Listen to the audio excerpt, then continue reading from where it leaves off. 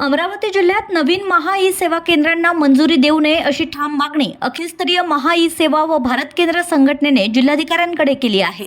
याबाबतचे सविस्तर निवेदन संघटनेच्या पदाधिकाऱ्यांनी सादर केले। संघटनेच्या निवेदनानुसार महा ई सेवा केंद्र चालक यांच्या विविध समस्यांकडे शासनाचं लक्ष वेधण्यासाठी यापूर्वी आंदोलन करण्यात आलं होतं। तसेच या संदर्भात नागपूर खंडपीठात रिट याचिका क्रमांक 19,904/2025 दाखल करण्यात आली असून हा मुद्दा न्यायप्रविष्ट असल्याचं नमूद करण्यात आलंय।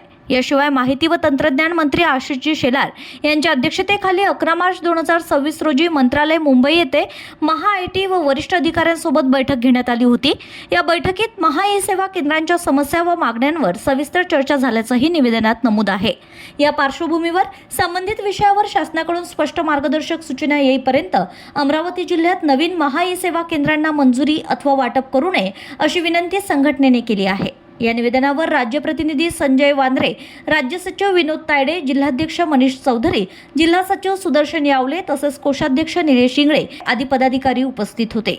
ची मागणी आज जे सेतू केंद्र आहे, आम्ही जिल्ह्यातून सगळे लोक आलो आहे। वरवड, मोर्शी, दर्यापूर, आकोट या भागामधून काकडे साहेबांना आम्ही एक निवेदन दिलं की बाबा जे सेतू केंद्राच्या जाहिराती निघत आहे त्या बंद करण्यात याव्या।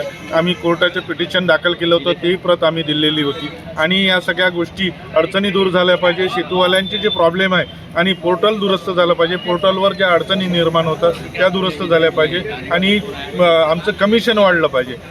15-20 वर्षापासून या बिझनेसमध्ये आहे, 20 वर्षापासून तेच कमिशन आहे, तेच जुनी कॅशेड आहे। त्याच्यामुळे नवीन पद्धतीने नवीन महागाईनुसार आमचे रेट जसे बाकीचे रेट वाढले तसे आमच्या सेतूचे रेट वाढले पाहिजे, आधारचे रेट वाढले पाहिजे। त्याच्यावर आमचं शासनाकडे फार मोठं आझाद मैदान मुंबईला आंदोलन केलं होतं। आम्ही शेलार साहेबांनाही भेटलो, पंकज भोयर साहेबांनाही भेटलो, बावनकुळे साहेबांनाही भेटलो। आता आम्ही CM साहेबांना भेटणार आहे आणि आमच्या ज्या व्यथा आहे त्या मांडणार आहे आणि स्पेशली मंत्रालयात आम्ही जर आमच्या या मागण्या जिल्हाधिकारी साहेबांनी मांडल्या नाही तर आम्ही स्पेशली मंत्रालयाच्या समोर उपोषण मांडू किंवा उड्या टाकू।